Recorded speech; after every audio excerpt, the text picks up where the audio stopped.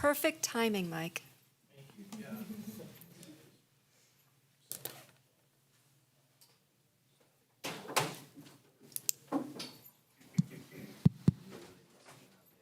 So good evening, everyone. I call to order the Monday, May 16th meeting of the River Falls Board of Education. This meeting has been properly notified. Do we have any visitors or delegations who would like to address the board? All right, we will move into informational items, and the first one will be our Wildcat Pride Award. All right. Put Mark on the spot up here. Yeah, I was thinking of that too. So the school district would like to present a Wildcat Pride certificate to Mark Chapin. Board of Education would like to extend our sincerest gratitude for your extraordinary quick thinking and call to action to help save a student from choking. As you provide leadership in continuing our foundation built on strong character, you displayed compassion, responsibility, perseverance, and courage at a time when a student needed you most. We are thankful and proud. Thanks, Seth.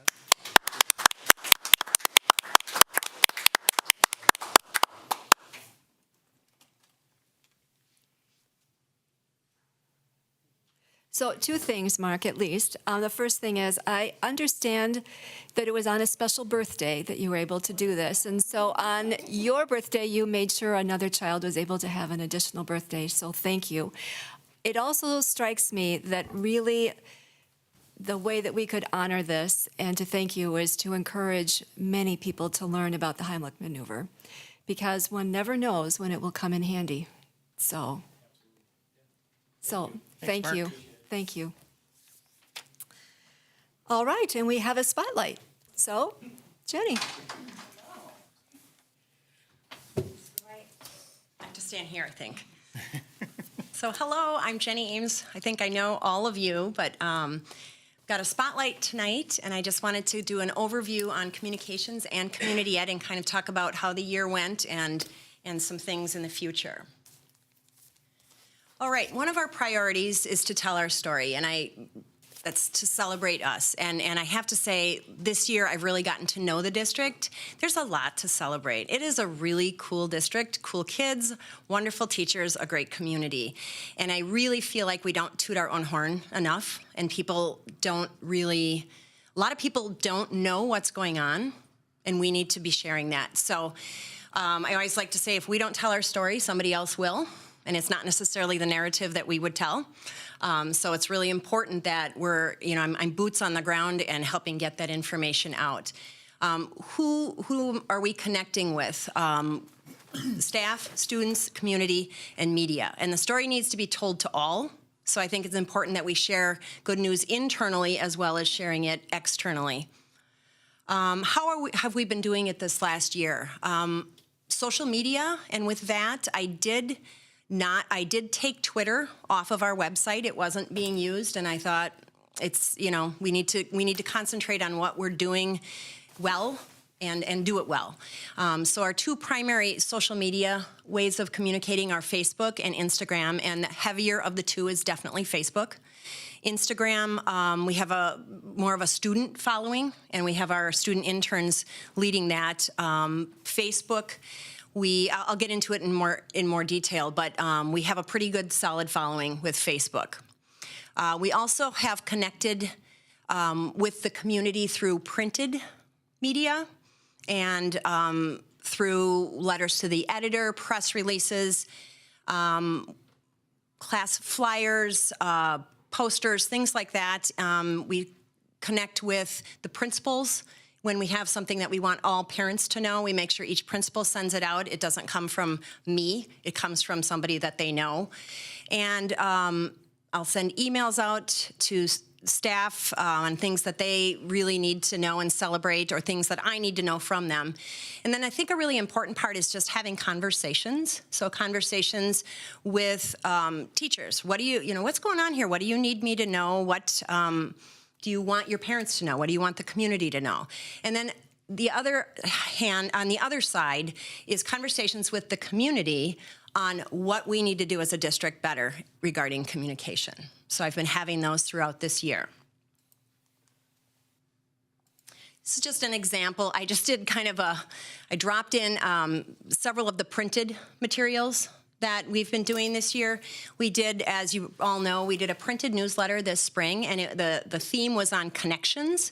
Each building had a story about it. We also did it in Spanish, which I think is really important. School Forest, we had a big School Forest event that we did all the communications for. That in the bottom left of that screen it was actually a door knocker. I cut off the top part of it, but we actually canvassed the neighborhood and hung them on all the mailboxes. There are like 45 homes. With Earth Fest, which was in April and very successful, we had a table there, and that committed to sustainability was just one of several pieces of information we were communicating, and that particular one that I'm showing is just talking about the district's efforts to be sustainable and to be more environmentally conscious in what we're doing. We also had what I would call the Dpi Report, and I'm not sure, Jamie, if you had another name for it, but it was the two-sided postcard that was narrower and longer. It was a mailer, and that was a really fun one to work on, because really what we wanted to do is talk about, okay, here's our report card.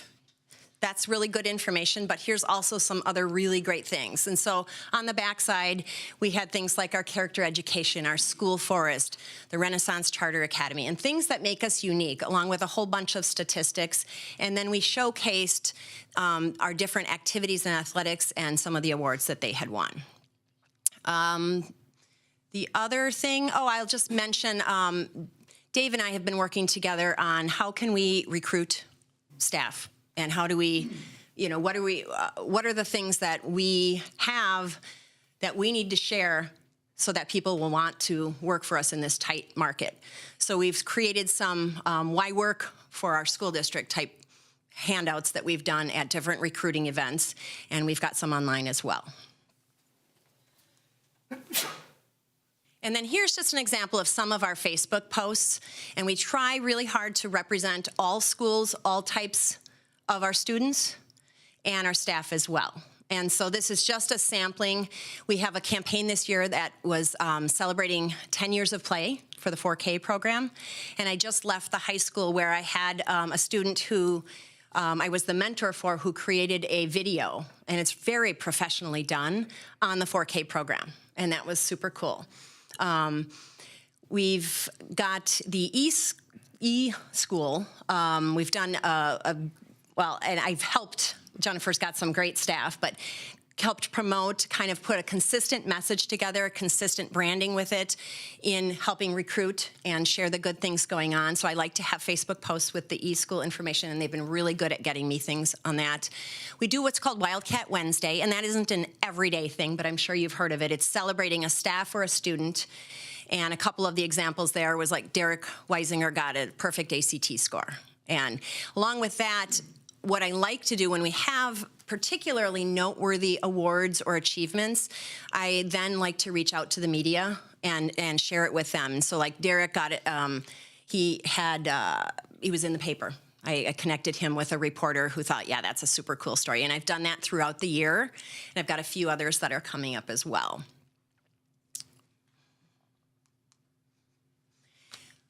Another big effort is what I would call a light rebranding. And you'll see, if you've printed out what I shared, I might have added a few more things. But and this was simply taking our River Falls shield and what we would call modernize it. And it was the high school about 10 years ago had the Wildcat done with a font, colors, all of that. We didn't touch that, but nothing had ever been done district-wide or for our elementary schools and the other buildings. So we had a process where we had 3 different vendors give us proposals. We said, here's what we're looking for, and ended up choosing CMS for schools.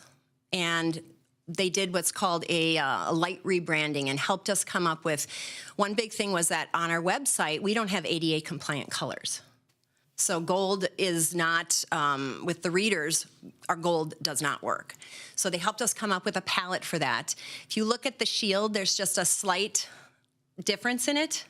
And that's what they came up with. And then here's just an example of some of the different, so every school has a similar look, but then we have 4 different options for what that looks like. So one that's just blue with a clear background, one that's multicolored, one that's laid out in what I would call horizontally, like the bottom left one, and then we just have the shield itself as well. So I have not officially rolled these out. We just got them in. They're still tweaking a few, but the 4K program will have it. Our Kids Club as well, the Renaissance, Community Ed, and just district-wide. So look for that. We're just starting to kind of roll it in. We're going to be doing templates for all of the buildings and trying to enforce having consistent font, consistent colors, and the logos used, the right logos used in a certain way. And so there'll be some training with that as well. Jenny, can I ask a quick? Yes. You might have talked about this the last time you presented, but just give me an idea on how many people in each building, like when you say to Rocky Branch or West Side or Meyer Middle School, is it 2 to 3 people that you're connecting with there that would have control over something like this? Or is it every I just am trying to get my head around the number of people that are in communication about something like that. So far, here's how it's worked. I've tied this into the web project, which I'll talk about later, but I've asked each administrator to give me 1 or 2 points of contact in your building regarding the website. And with that, the branding will come as part of the training. Okay. And then further, though, so like I had an example where the health office is updating their forms, and we gave them the logo, but I said, here's the deal. You're the very first person I'm giving this logo to, and there are going to be some guidelines I give you with it. And I reached out to some of my peers who are doing it in other districts and said, what are the guidelines you're giving? What are your best practices? And so there's going to be a system in place so that if you as a staff person wants to use this logo, I'm going to say, yeah, you can, but here's what you need to do. Does that make sense? Thank you. Sure. And then kind of tied in with that is, this is our usage. Basically, here are the guidelines for using it. So here's the one that was created for us, and we're going to have this on the website. Right now, there is one on the website for the high school, and it's 23 pages long. Nobody's going to read it. It's great. So this is the 2-page one with what we just developed. I'm going to enhance it and just add the Wildcat image, but it's going to be for all buildings. And so it's basically saying, here are the fonts that you should use, here are the colors. It even gives the actual code to the colors, the typography, how not to use the logos, and so on. And that will be prominently displayed on our website for all to access. The internal website or external? It will be external. Okay. Yeah, and that can be under discussion because I know some districts are real tight about it. And others are very open about it. And right now we have it on there. Okay. And I guess I don't see, at this point, since we've been open about having it on there, I would rather replace what's there with what we have. But it is a good discussion to have. And I think I talked about this is we'll be creating templates for each building to use. It'll be things like slideshows, letterhead, business cards, signage, forms, and so on. The website will adhere to our branding guidelines, and then we will train the staff how to use and how not to use. And I'll use the word training. I put it in quotes because we will train our staff on the website, those that are responsible for making the changes, and we will communicate, which falls under training, the guidelines and everything else to people who don't need to actually sit and hear me talk, but they can get the material and information via email. Just wanted to talk briefly about our social media. So I mentioned we have Facebook and Instagram. Last week, I just pulled some data. Our monthly reach has been from 19,000 to 31,000 people each month. And our goal is to post 2 to 3 times a day. We're pretty consistent with that. We usually post at 6 a.m., about noon, and about 6 p.m. at night. However, I've been reading our analytics, and I think 8 p.m. might be a better time at night. So it's, Facebook will start giving us, it gives us data, and we start to change things based on what it's telling us. Big thing is we want to keep the community engaged and keep it positive and telling a good story. Do we boost any Facebook posts I at all? have boosted on occasion, and I think it's something that we will be doing more of. It's a pretty cheap way. Yeah. I boosted one of the high school events that they had, and I think we also boosted the school forest event. I'm going to talk about the web overhaul. So this was a process. There was a committee of 5 of us, and we, along with branding, had 3 different vendors present to us about changing a website. And we had criteria established, and ultimately, we actually ended up staying with our same vendor, CMS for Schools. It was a couple things. It was the localness of them. It was their price point, and we liked some of the things they had to say and show us. The initial plan was that we were going to roll it out this summer. And what I found as I started doing the legwork behind the scenes is the template that we most wanted was not going to be ready in time.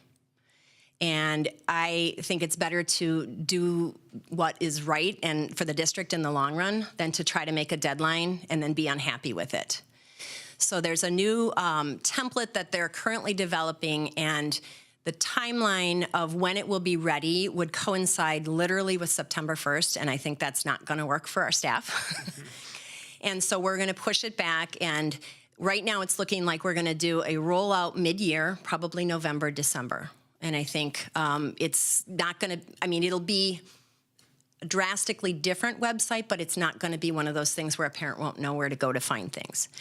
Part of the rollout is communication and little tutorial videos and posts that say, hey, did you know this is found here? And that's part of what CMS gives us, is the ability to create those. They give us templates, and then we drop our information in. So there'll be a whole communication that will go with that as well. With our website, what is a priority is I talked about branding. One of the things I want to make sure is that when you go to one elementary school and you go to another, they're going to look very similar. They're going to have the same menu. They're going to have the same fonts. They're going to have the same colors. Pictures are going to be different. There might be a few different things in the menu, the lower menus, but it's going to be a consistent feel that carries the same message between every building. News and announcements. So right now, if you go to our website and I put an announcement on there, it shows this much of it, and then you have to figure out how to see the rest of it. There's a little like show all, and it's not very intuitive. That's going to be way more integrated, and then there's an ability for us to do a bigger reach with that as well. Social media will be on our landing page as well. So that was one of the biggies why we're waiting for this new template, is I wanted to have our Facebook and Instagram feed show up on that front page as well. It's going to be ADA compliant. That is a big undertaking because PDFs are not ADA compliant.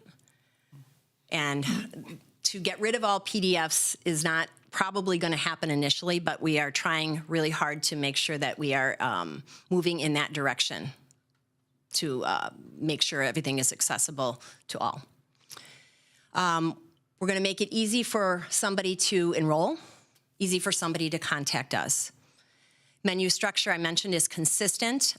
Middle school and high school are going to be almost identical, and all elementary schools will be identical to themselves. But then there'll be a overall structure that will be the same as well. Very scalable. This is a big one. You're going to look at it on your phone, and it's scalable. It's not going to be that you have to resize it. It will also come with an app, and we set what shows up on that app, and it comes directly from our website. So that's super exciting. Promoting our district, and then we will have part of going through this whole process is us doing an inventory. What is legally required to be on here? Are we, do we have everything that we legally need to have on here?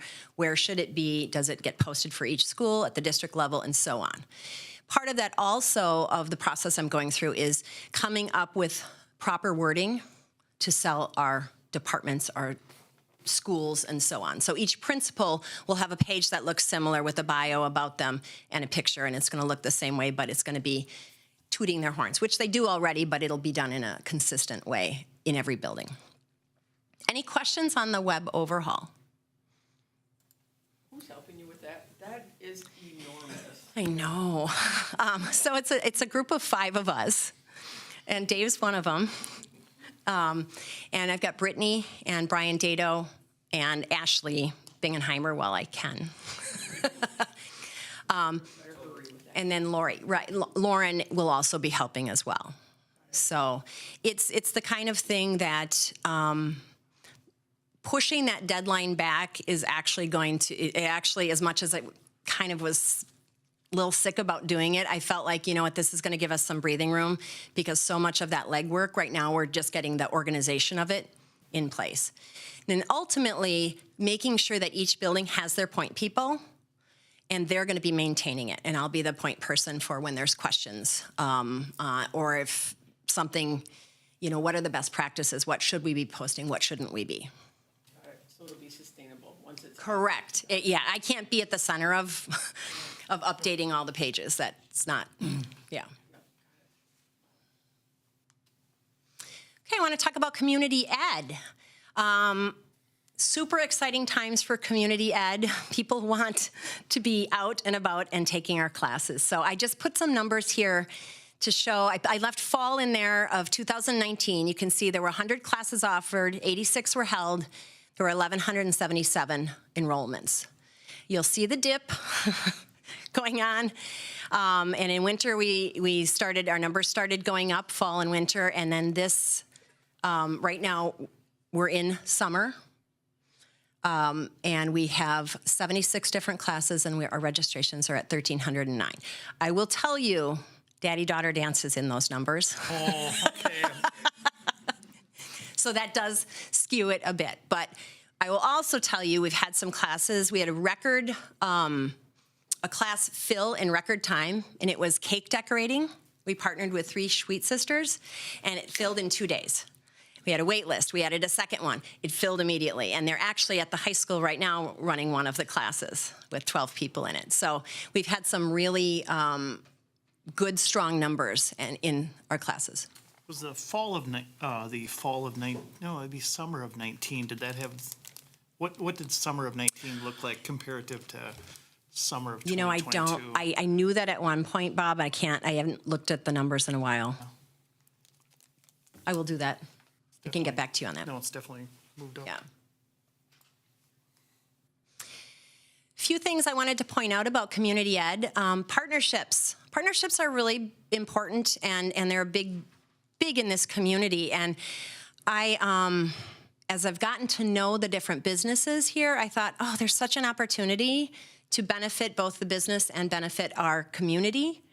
And so here are some of the partnerships that we added this particular, and sometime during this last year we've added it. So I mentioned 3 Sweet Sisters, and I did tell them today when they were setting up, I said, whatever you guys want to offer, we're going to offer, because people are going to take it.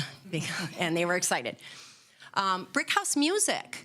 So we are offering group ukulele, group guitar, and a few different ensembles as well. And our ukulele, I think we have 9 or 10 people right now signed up to do it, and we've got a handful doing guitar as well. The garage, we had yesterday bike maintenance class at the garage. I haven't heard back. We reached out and haven't heard back how it went, but it filled right away and had a wait list as well. And they were unable to offer another one this time of year, just given how busy they are. Whole Earth Co-op, we've done some pretty cool things with them. We've got a coffee tasting where they've got their roaster coming, and it's done in Glen Park. And it's just learning about the different regions and coffee tasting, and you go home with some coffee beans. And that's got, I think we've got like 15 people signed up for that. And then the Kinney Corridor, we've partnered with them on some of our school forest activities, which I've also mentioned here. So some of our classes we've got is like a family field trip in the school forest. Kinney Stream, we had this weekend. They're trying to get a grant, and there's some monitoring that has to be done. So we've got some citizens. It's got like a citizen team to help them do that. So we had people do that this weekend as well.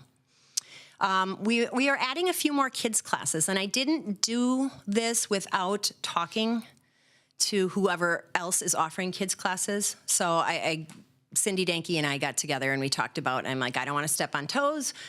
I talked with Angela about Kids Club, and just kind of trying to find where are the gaps, and is there a place for us to offer more kids classes. So we're offering a few more, and Our cupcake commotion is doing really well, and we've got more than what's listed there, but right now some of those classes the numbers are very strong.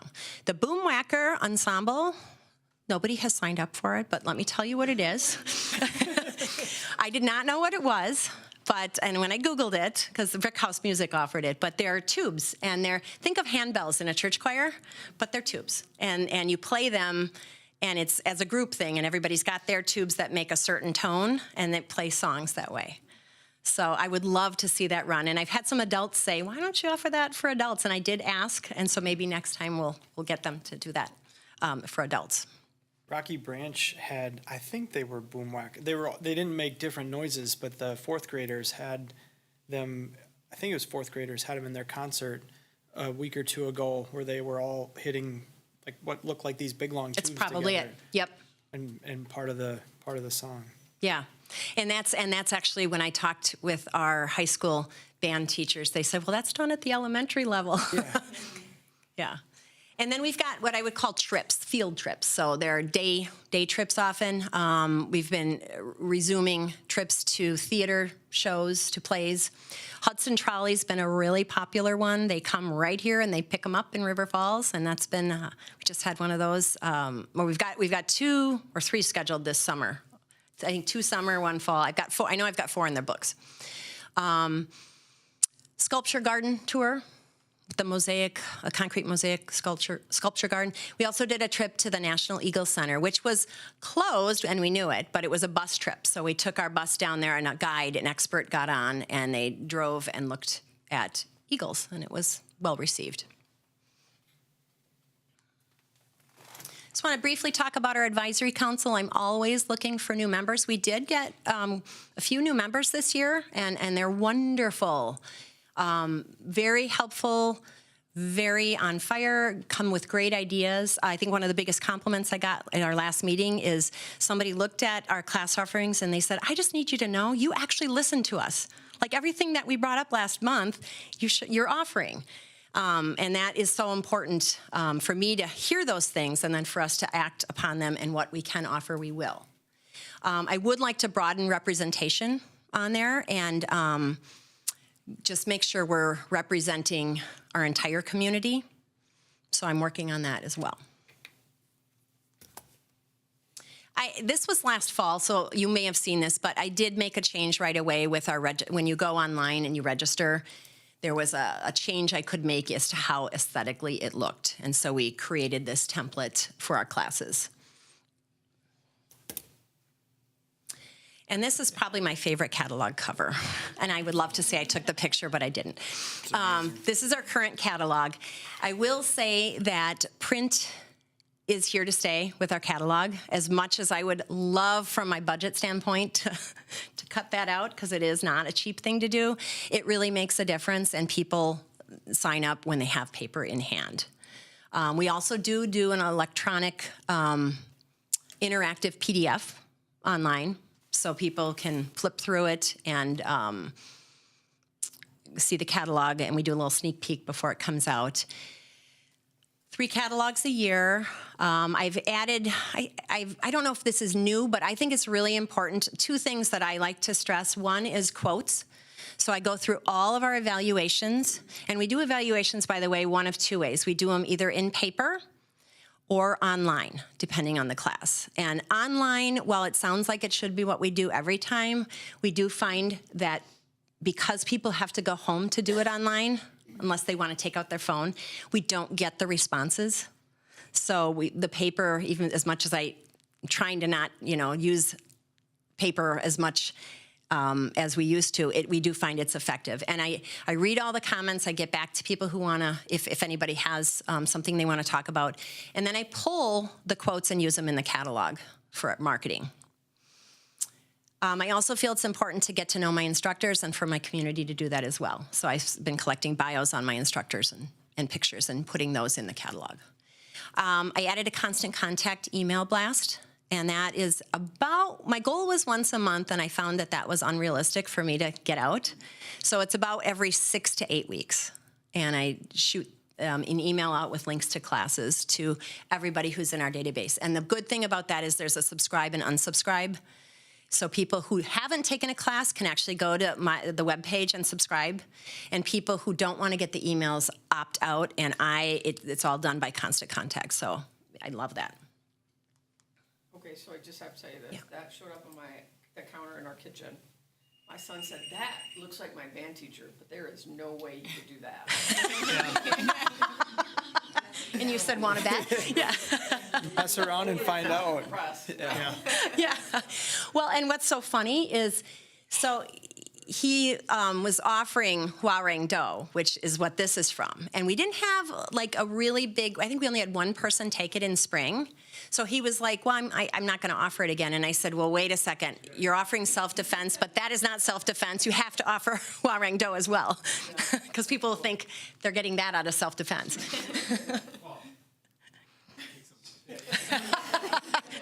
I wanted, how many takes it was that first shot? You know, what happened is he actually had a professional, he was at an event for somebody else, and this photographer was taking pictures of somebody else and then said, you want me to take some of you? And then he got the rights to it. So I connected with the photographer who said, it's yours, use it. Got it. And we did give him credit in the book. Very amazing. Yeah. Very amazing. I'm nervous about what I'm going to find for next catalog. Jamie can do it back. And then I briefly just wanted to end with our volunteer program. And I talked about this when I spoke this fall to the Educational Programming Committee, but I did make a few changes right up front. One, I did a volunteer application. I think it's important that we have a database, that we have a process in place that will put people in the right place and that will make sure that we are safely allowing people in our buildings. And so with that, we established, Dave and I worked together and we established background check standards that are posted on the website. So here's what our criteria are for volunteering in here. And you can read that on the volunteer page. We also established volunteer guidelines. Here's what we expect of you. And I will add that I'm adding to that right now for field trips in spring when we have kids going swimming. So I want to make sure, as we have lifeguards there, that chaperones that go along on those trips understand that when there's a lifeguard there, here's what your job is. Clear the way when the lifeguard needs to do theirs. Help, whatever that is. So I'm working with actually the head of the swim club. He's been helping me, and we're coming up with standards for that. Chaperone, I just talked about that, volunteer and chaperone guidelines. Leslie Schradel is the volunteer coordinator. She's super organized and does a great job. I think that number is actually wrong. I think I forgot to update it. It was over 500 in fall that we have for approved volunteers this year. STEP program, we have 9 current STEP employees, and they are considered employees, and we did not expand it this year because at the beginning of the year we did not have volunteering going on in our buildings. So that's what I put at the bottom. It was very limited this year, and it ramped up as restrictions were eased. And then I just wanted to mention a couple things that I see that are on the horizon. With Community Ed, we're going to continue to grow partnerships. We're going to increase representation on the advisory council and get the guidance from the council and other community members regarding our classes, as well as things like the daddy-daughter dance. So are we inclusive? Are we making the community feel welcome? Is this the right event? Is this the right name for the event? And so on. With communications, I put the website on there because honestly, that is the biggest undertaking, as Cindy mentioned. That is a massive undertaking, and that's going to take up a lot of my summer. Email blasts to the community. This is something that I've mentioned to Jamie that I think we're going to start, and it is going to be through Constant Contact, the ability for the community to sign up and then get updates. And we have to talk about what that's going to look like. There's a capacity this can't be probably weekly or a couple times a week because I don't have the capacity for that, but figure out what that looks like, what are we trying to share, and how often will that be? And so that's on the horizon. I mentioned best practices that will be with the website. What are we looking? How often am I expecting each building to do updates? What do those look like? More stories. And so I just threw this one in here the ability to hire interns or writers. If there was ever a grant I could get or something where I could have maybe UW River Falls students do some article writing to get them out into the papers. As much as I love writing, there's just sometimes a lot of really good stories that I just can't always cover. Just a food for thought to throw out there, just to get our good news out there. So, what questions do you have? I don't so much have a question as thank you very much for the work on the website and particularly the consistency issue. I think that's really important. We've been needing it for a while, and it's going to look very nice, professional, organized. I hope so. Yeah, it's good. I sent an email blast out to all staff saying, get me some photos, and I'm starting to get them. They're all really good, and that will be a really nice thing, too, is to just have each building have engaging photos showing learning and our community and our kids. So I don't have a question, but this is incredible. Just so I hope that you know how good of work this is. This is incredible. This is things that most districts would have to outsource to do the quality that you're doing. Well, thank you. And hire consultants and a number of people. And the number of areas that you're in right now with the branding and the website and all of it is incredible. So I hope that I realize you're probably working a few extra hours right now to do all of this stuff. I'm not sure how you're doing that, but Well, thank you. kudos to you big time. Yeah. Well, Lauren's a huge help, too. And it's really, you get a team of people, and it goes well. Even, I mean, I know Dave says he likes to say, I'm not helping at all, but he is with the website. He's laughing. Yeah. Plus, you throw the community education on. I mean, in Yeah. addition to that, I really appreciate the Facebook posts and that type of thing, and I always like and share, and I think we should probably all like and share and help with that. But no, I really appreciate that. 6 a.m. every morning, yeah. something comes through. Good. So, yeah. I feel like I have like the best job ever. It is a lot of work, but I mean, I told my husband, I'm like, I get to find the cool things going on and share them. I mean, it's all, it's. Well, and I think, Jenny, you really committed to that. I think you were hired have you been with us about a year? Yeah, almost. Almost.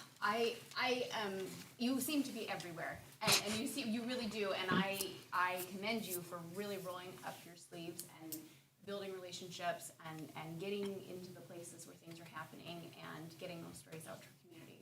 Thank you. Yeah, absolutely. Thank you. And the metrics you're keeping to know what's working and what's not for the continual growth, just so impressive. I'm just so impressed. Well, thank you. Anything else? Well, I hope you feel well received. I do. Thank you very much. And very appreciated. So thank you very much. Thank you. Thank you, Jane. All right, we are going to move on to reports, and the first one is, well, you don't have anything. Okay, we're going to go right to Jamie. We'll go right to the top here.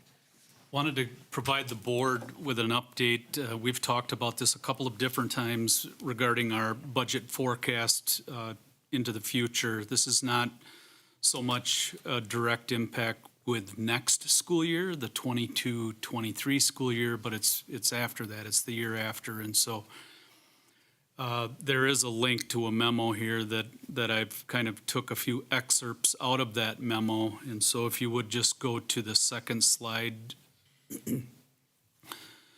So the Wisconsin State Legislature in the last biennial budget process, which impacted the 2021 to 23 budget cycle, they basically took the approach to say, well, as long as the local school districts had received money from the federal government related to COVID relief funds, CARES and ESSER funding, we at the state level think that we'll take a pass in this 2-year budget cycle and not provide a typical round of funding for districts, which I'll explain here in a minute. But essentially, the messaging here is the cliff that gets created is due to the lack of base increase that we did not receive for 21-23.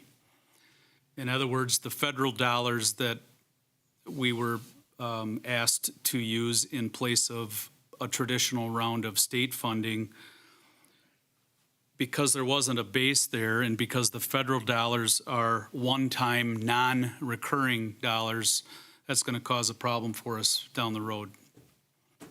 So this financial cliff, again, like many districts in the state, our district here in River Falls faces the effects. It's about a $1.4 million cliff created by the legislature by not providing that normal round of funding. And so, again, that lost base carries forward. Next slide, please.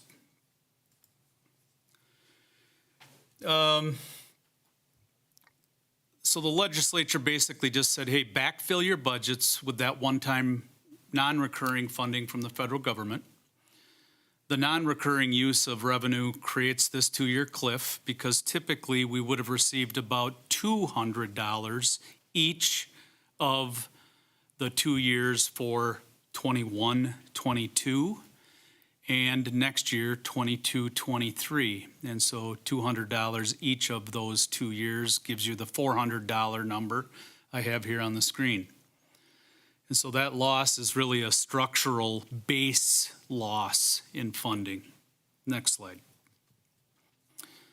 So that lost base, again, I know it sounds like I'm a broken record here, but I'm trying to drive home and help with the understanding of how, even though we had that initial round of federal government funding, it still creates the cliff because you lost your base. We lost our base funding increase. Using one-time money is not an approach that helps to maintain a base. Next slide. Jamie, can I ask a question? Out of the one-time money, how much of that was spent on operational versus one-time projects? Or so we had a 1.4. Yeah, I neglected to bring that. I was. Was all 1.4 used on operational things, or was some of it used on one time? I would say for the most part it was on operational. In other words, the origin of the federal dollars, the intent had more to do with the impact of COVID on student learning.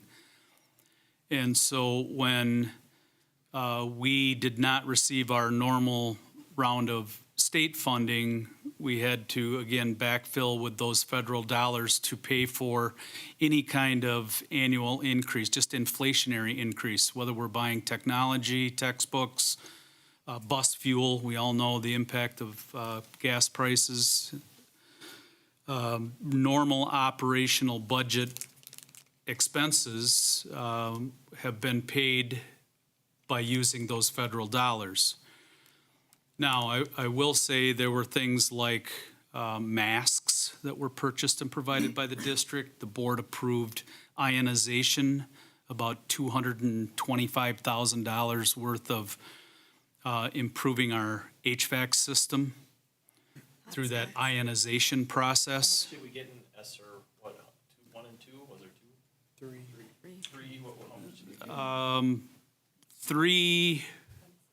I mean, in total, how much one-time money did we get from the federal government? I'm going to say 3 million, and I apologize that I don't have the exact dollars here, but I think to remember the impact of those dollars being applied directly towards, in a normal year of modest wage increases, in a normal year of modest to high health insurance cost increases, in a normal year of inflationary cost increases, while $3 million sounds like a lot of money, when you employ 500 employees and you educate 3,500 students, it takes a lot of money. We operate well over a $40 million budget annually, and so therefore, when 1.4 million does not come our way from a typical round of state funding, it isn't as much that 1 year impact, it's the base that is lost that we have to either remain hopeful, and I'll talk about that in a minute, that the legislature will make up for that lost base in the next round of funding, or our district will have this deficit crisis that we're going to have more discussion than we're going to have tonight regarding that. And so this is just another kind of illustration that shows as the one-time non-recurring funds are spent down, it depletes the federal revenue that is not recurring. And so it leaves that base funding void. It's a gap in our base. And again, I'm trying to show some pictures to kind of hammer that issue home here. You're already up on me one slide ahead here. That's fine. So, Legislative Fiscal Bureau report, this came out in January, that the state of Wisconsin has a massive budget surplus, while our district remains hopeful that the state will utilize some of that surplus to address this cliff. We're really held hostage by the fact that the budget cycle for the folks in Madison, the legislative process, typically we won't know their response to the next biennial budget, the 23-25 budget cycle. It's possible that that might not take place until June, over a year away from today. And so I listed some dollar amounts there. It's interesting in their memo, they say the net general fund balance at the end of this biennial 2023 budget is $3,812 million, which in layman terms means 3.8 billion with a B. And then notably at the bottom, I also said, in addition to those dollars, the state has a budget stabilization fund of another 1.7 billion. That's on top of the 3.8. So there's room for the legislature to address the gap in the cliff that was created by not providing a normal round of base funding. Next slide, please. So here's our options where we go from here. Obviously, budget cuts is one way that you resolve a budget deficit of 1.4 million. And that can come through many shapes and sizes: programs, services, staffing. You reduce staffing, you increase class sizes. You eliminate courses, defer maintenance, cut back on programs. Or we can lobby and pray that the legislative budget will come out with some kind of a repair process to that cliff that has been created.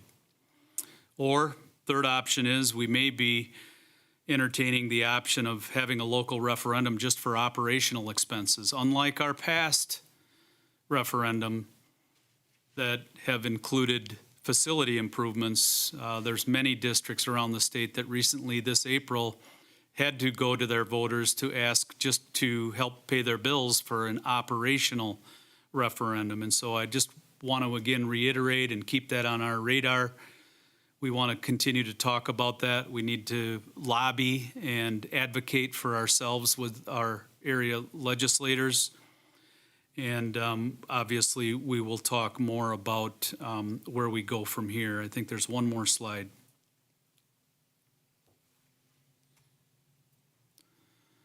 Keep communicating, be transparent, continue to make plans with our budget, continuing to look at options, and just basically communicate at this point. And so more conversation at the board level moving forward, but for now, I just wanted to kind of give a summary of what we affectionately call the cliff. Thank you. Any questions or comments? I was just in response to Mike. I've talked to Chad a number of times, and somebody from the admin team could correct me, but the number from the ESSER, there was ESSER 1, 2, 3. There was overlap. Like the first one was the 2019-20 school year, and then it was it's over a 3-year horizon, I think, and the bulk of it hit last school year and this school year, but there's some that even would carry over to next in terms of when it can be spent, I believe, right? So it's not like there was 3 million instead of 1.4 in 1 year. I think the point is that there was 3 million over, say, 2.5 years, and so it's not like we were able to build up a surplus beyond that 1.4 million either. I guess that's the way I would say it. No, that's a really good point. I appreciate you mentioning that. I think it's really important for people to understand that not only is the dollar amount of the cliff significant, but the timing of all of this, in that we have to make financial decisions and make financial commitments before we are likely to know everything from the legislature. That's impossible for us to deal with in a helpful way, I guess. So thank you. This is a story we really need to be talking about so that people understand. It is something that we're going to need to come back to and grapple with. All right, we are going to move on to action items. And the first thing has to do with the approval of minutes, bills, and employment. So at this point, we have the meeting minutes from the April 18th regular Board of Education meeting. We have the minutes from the April 25th Board of Education reorganizational meeting. We also have bills that have been submitted for payment as well as employment recommendations. So at this point, do we have a motion to approve minutes, bills, and employment as presented? So moved. Thank you, Lindsay. Is there a second? Second. Thank you, Bob. Any questions or comments? All those in favor? Aye. Opposed? The motion is carried. The Educational Program Committee met with a quite robust set of conversations about new policies, and I'll call on Jennifer to lead us through and summarize the conversation. We started out with some ESSER funding updates and information, along with how we really utilize some of those funds in the district over time to mitigate some learning loss, to support learning recovery for students, and just really doing as much boots on the ground support for our schools as possible. Moving from there, we also took some time to look at the Renaissance Charter Academy. We took some time to look at the Renaissance Charter Academy and approve that renewal. That is, should be on. Is it on? Just move it closer. Yeah. All right, I'll move it closer. With the Renaissance Charter Academy, our charter school contracts are up for renewal every 5 years. And so we took them one at a time, and so the Educational Programs Committee approved that charter renewal for the next upcoming 5 years at our last meeting. Then we moved into multiple policies. So our library media specialists have been working throughout the year really to look at some copyright policies and procedures in the district, as well as procedures and policy to handle public complaints regarding library materials and books that are in our resource centers. And so because there was so much robust discussion and lots of information and sharing, we opted to table those policies. And the only action items that we have for this evening to follow through from that Ed Programs Committee was the approval of the actual Renaissance Charter Academy charter contract, as well as the policy 360.2 on copyright materials, and then the accompanying rule on all the procedures for how we're handling those copyright issues in our classroom. Thank you, Jennifer. Before we get to the action, are there any questions or comments about the content of the discussion? All right. Then at this point, do we have a motion to approve the 3 items, Renaissance Charter School contract, the policy 360.2, as well as the rule for policy 360.2? Second. Thank you, Cindy. Thank you, Todd. Any questions or comments? This is one of those places where it might appear as if we're taking quick action on an important item, only because the committee did a significant amount of work prior to tonight. All those in favor? Aye. Opposed? The motion is carried. I will give a report about the Personnel Committee. We met on May 9th. We had a variety of things to discuss. The first thing is that we have an annual responsibility to send letters of intent to all support staff, and so we approved that letter. We also heard a certified staffing update. We talked about the proposal for the 22-23 hourly support staff salary schedule. We also approved the revised job position for the Educational Technology Integration Specialist. We recommended to the board that they approve the 2022-23 bus driver collective bargaining agreement. We also heard a presentation by Dave about instructional minutes for the 22-23 school calendar, as well as some potential proposals for ensuring that we have enough minutes going forward with maybe some flexibility built in, some safeguards as well. Dave, do you want to add anything? Am I missing anything? Okay, Can I just ask, please do.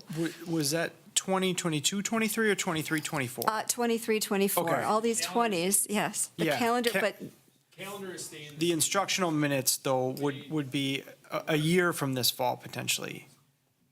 Okay, so the calendar, so when we start, like the first day of school, when our vacations are, when our in-services are, all of that is set for 22, 23. Yep. The only adjustment that could. Full that has been made, we're still in the, we would bring that back in June. The only adjustment would be to the end time, Gotcha. to the elementary and middle and high school. It all have to be the same decision, for transportation reasons. And Yep. it would just be at the end of the day. Okay. And so we'll bring a formal recommendation to personnel next month and then to the full board next month, but there'll be no change to the start. Okay. The calendar, what we call a calendar is a Okay. For some reason, I had that we were talking about that in my head. You know, it's a year out. Perhaps I misspoke. potentially, that could be a recommendation. That Okay. we feel like it's too much to do. Okay. But it allows us to be proactive on minutes Yeah. compared to reactive, which would be a good thing. So at this point, do we have a motion to approve sending letters of intent to all support staff positions to approve the 2022-23 support staff salary schedule, to approve the revised educational technology and integrationist specialist job description, as well as the 2022-23 bus driver collective bargaining agreement? Do we have a motion, please? Thank you, Cindy. Is there a second? Who, Mike? Okay. Any further questions or comments, discussion? All those in favor? Aye. Opposed? The motion is carried. We, at this point, have a proposal in front of us to approve the 2022-23 insurance, dental insurance provider.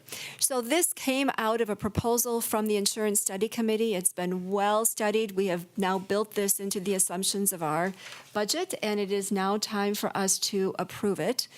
At this point, do we have a motion? Stacy, I'll move to approve. Thank you, Todd. Is there a second? I'll second. Thank you, Bob. Questions or comments? Dave, do you want to give any information? No, just that we went through the process of bidding out our dental insurance at the same time that we did our health insurance, and that bidding, that competitive environment created a premium decrease of 5%. The exact same plan design, a comprehensive network of clinics. Delta has been our provider in the past, and employees reported that when Delta was our provider, they were happy with what was delivered, so we're real confident about that. And then for 23-24, they'll hold that Steady. same rate, so we're locked in at that rate for 2 years. So And everybody on the committee was in favor of making this decision. All right, all those in favor? Aye. Opposed? The motion is carried. So, at this point, do we have any proposed or suggested items for future agendas? I have one. I would like to request that the administration contact our legislators to see and invite them to come to have a conversation with us about this cliff. I think that would be very important. It could be at an upcoming meeting that you're able to get them. I think in particular, we should be talking with Warren Petrick and Shannon Zimmerman. Because, as Jenny said, we need to be the ones to tell our story. Anything else? Just to add I'm going to need to ask if the board is available for a very brief special board meeting on the 23rd next week. We're hopeful that we will be able to ratify our teacher contract, and we would need the board to take action on that. I don't anticipate that it would take 15 minutes, frankly, but we need to do that as a formal action. What day of the week is the 23rd? Monday. Don't we have the board retreat there? We ended Sorry, up maybe- no, No, it's in June. that's changed. It's changed.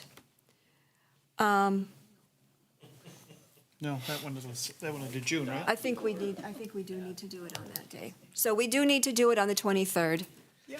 I should be able to make it. All right. When's the, 6 o'clock for 15 minutes at 6, everybody? Sure. We'll get back to you on that board retreat. There was an adjustment. Thank you for doing that. It's really important. We like to be able to have teachers go home at the end of the school year knowing what this is, and by doing it that day, it allows that. So, educational program will meet Monday, June 6th at 6 o'clock. Finance and facilities will meet Monday, June 13th at 6. Personnel will meet Monday, June 13th at 7 or immediately following F&F. There will be a regular board meeting on Monday, June 20th at 6, as well now as this additional meeting on May 23rd at 6 o'clock for a very short meeting. And at this point, I would like to request a motion that we move into executive session pursuant to Wisconsin Statute 1985, 1, A, B, C, E, and G, to discuss administrator evaluations and salary, past and future lease agreement negotiations, and a related settlement, as well as to review a record related to a harassment claim. Is there a motion, please? So moved. Thank you, Bob. Is there a second? Cindy? I need a roll call. Mike? Lindsay? Bob? Yes. Todd? Yes. I'm saying yes. Thank you. Thanks, everybody.